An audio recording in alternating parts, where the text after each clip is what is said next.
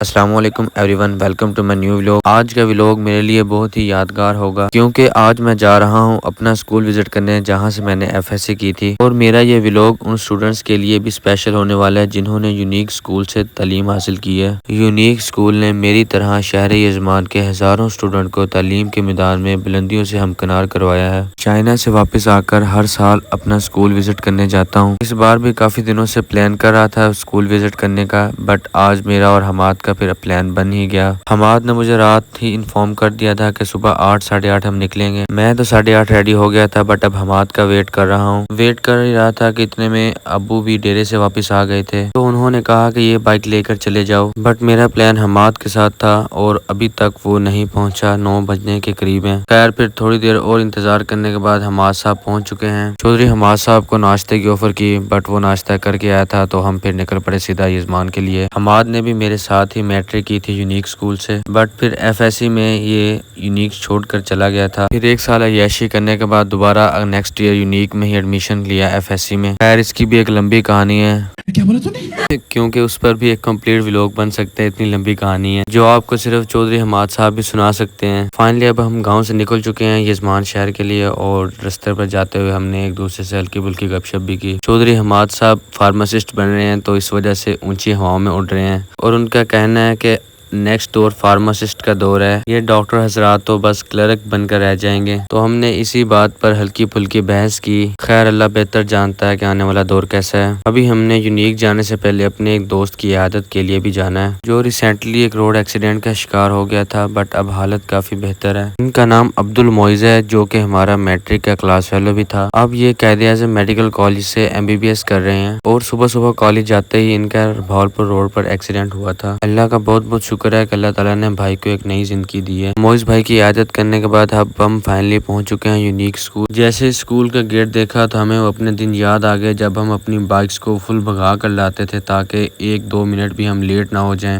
اس کی ریزن آپ کو یونیک اسکول کا شائننگ سٹار ہی کوئی بتا سکتا ہے، کیونکہ 1-2 منٹ بھی لیٹ ہو جاتے تھے تو کلاس لگ جاتی تھی صبح صبح ہی، کیونکہ ہمارے پرنسپل صاحب کہتے تھے کہ اقبال دیر سے آتا ہے، بٹ آپ نے جلدی آنا ہے، پھر ہی آپ کا اقبال آئے گا۔ اسکول پہنچتے ہی سب سے پہلے ہم گئے یاسین صاحب کے دفتر میں، جنہیں یونیک اسکول کا ایک ستون مانا جاتا ہے۔ یاسین صاحب کو تقریباً 20 سے 25 سال ہو گئے ہیں یونیک اسکول میں جاب کرتے ہوئے۔ خیر پرنسپل صاحب ابھی تک آئے نہیں تھے، تو ہم آگے کلاسز کی طرف۔ کلاسز میں جانے سے پہلے حماد اپنے واش روم کی یادیں تازہ کرنا چاہتا تھا، کیا بولا تو نہیں، کیونکہ میٹرک میں یہ اپنے گینگ کے ساتھ میکسیمم ٹائم واش روم کے پاس ہی اسپینڈ کرتے تھے۔ اور کمنٹ سیکشن میں یونیک اسکول کے خاص کر اسٹوڈنٹس ضرور بتائیے گا کہ کتنا ٹائم وہ واش روم کے پاس آ کر اسپینڈ کرتے ہیں یا پھر واٹر ٹینک کے پاس آ کر۔ ہم پھر آگے سیدھا اسٹاف روم ہے، جہاں پر حسنین صاحب اور عادل صاحب بیٹھے ہوئے تھے۔ تھوڑی ہی دیر بعد میرے موسٹ فیوریٹ عبدالستار صاحب بھی آ گئے، جن کا مزاج سب ٹیچر سے مختلف ہے۔ جگت بازی میں ہمارے یونیک اسکول میں ان کا کوئی ثانی نہیں ہے۔ موجودہ اسٹاف میں سے یاسین صاحب کے بعد اب عبدالستار صاحب ہی ہیں جو سب سے پرانے ٹیچر ہیں، اور ہمارے یونیک اسکول کے موجودہ اسٹاف میں سے بھی کچھ ٹیچرز عبدالستار صاحب کے شاگرد ہیں۔ تھوڑی دیر بعد ہم نے پھر لی عادل صاحب سے اجازت، جو کہ ہمارے گاؤں سے ہی ہیں اور یونیک اسکول میں ٹیچنگ کرتے ہیں، اور پھر حسنین صاحب سے بھی اجازت، جو کہ مطالعہ پاکستان کے میرے فیوریٹ ٹیچر ہیں۔ بیسیکلی یہ 9th 10th کو بایو پڑھاتے ہیں۔ باہر اسٹوڈنٹس کو بریک کرتا دیکھ کر ہمیں اپنے زمانے کی بریکس یاد آ گئی، جب ہم بریک میں فل ہلا گلا کرتے تھے، کرکٹ کھیلتے تھے اور یہاں کنٹین سے یاسین صاحب سے سموسے خریدتے تھے۔ یہ سب چیزیں بعد میں یادیں بن کر ہی رہ جاتی ہیں۔ پھر ہم دوبارہ آ کر بیٹھ گئے یاسین صاحب کے دفتر میں،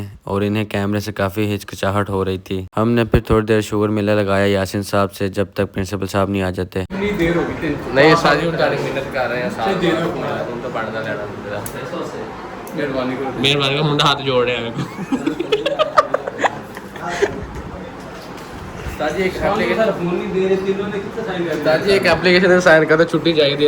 ہم پچھلے 1 گھنٹے سے پرنسپل صاحب کا انتظار کر رہے تھے، بٹ وہ ابھی تک بھی نہیں آئے تھے۔ پھر حماد کو تھی ذرا جلدی، اس وجہ سے ہم نکل پڑے واپس کہ پھر کبھی آئیں گے۔ جیسے ہی ہم گیٹ کے پاس پہنچے تو فیضان صاحب آ گئے، ان سے بھی ملاقات کرنی تھی، تو ہم پھر واپس دوبارہ چلے گئے اسٹاف روم کی طرف۔ یہاں واٹر ٹینک کے پاس اسٹوڈنٹس کا رش دیکھ کر ہماری یادیں تازہ ہو گئی، جب ہم بھی یہاں آ کر بیٹھا کرتے تھے تاکہ میکسیمم ٹائم لیکچر کا یہاں پر اسپینڈ کر کر چلے جائیں۔ اس کا حل بھی یاسین صاحب نے پاس کی صورت میں نکال دیا ہے۔ فیضان صاحب سے ملاقات کرنے کے بعد ہم واپس نکلنے ہی لگے تھے کہ پرنسپل صاحب پہنچ چکے تھے اپنے دفتر۔ ہم پھر تھوڑی دیر رک گئے کہ پرنسپل صاحب سے ملاقات کر کے ہی نکلتے ہیں، اور آفس کے سامنے ہمیں اپنا ایک اور کلاس فیلو مل گیا جو کہ اپنے میٹرک کی سند لینے آیا ہوا تھا۔ ان کا نام نعمان ہے، یہ اب دبئی ہوتے ہیں آج کل۔ نعمان بھائی کو الوداع کرنے کے بعد ہم آ گئے یاسین صاحب کے دفتر میں، جہاں ہمیں عبدالرؤف صاحب کا بیٹا مل گیا۔ ہم نے پھر عبدالرؤف صاحب کے بیٹے کا کیا چھوٹا سا انٹرو۔ ہمیں جانتے ہو؟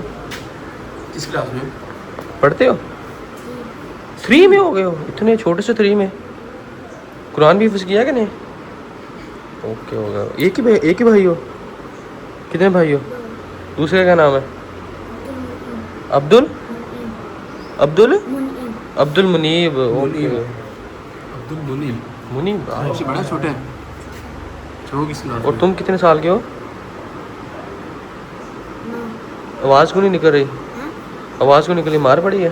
کافی دیر انتظار کرنے کے بعد ہم نے پھر کی چھوٹی سی ملاقات عبدالرؤف صاحب سے، کیونکہ انہوں نے بھی لیکچر لینے جانا تھا، تو ہم پھر نکل پڑے واپس گھر کے لیے۔ اسکول سے واپس جاتے ہوئے ہم نے پی ایم صاحب سے بھی چند باتیں کی، کیونکہ یہ حماد بھائی کے گاؤں کے تھے، اور ان سے بھی ہم نے یونیک کا بارے میں تھوڑا سا ریویو لیا جو کہ کافی مزاحیہ تھا، اور اس کے بعد ہم نکل پڑے گھر کے لیے واپس۔ ابھی تو فی الحال یہ زمان میں ہی کچھ کام ہے حماد کو، وہ کر کے نکلتے ہیں گاؤں کے لیے واپس۔ اسکول سے نکلتے ہی حماد نے اپنے اسکول کے واقعات بتانے سٹارٹ کر دیے جو اس نے اپنے گینگ کے ساتھ مل کر پرفارم کیے تھے اسکول میں۔ ان واقعات کا مرکزی کردار سہیل وڑیچ صاحب ہیں، جو کہ بہت ہی فنی انسان ہیں۔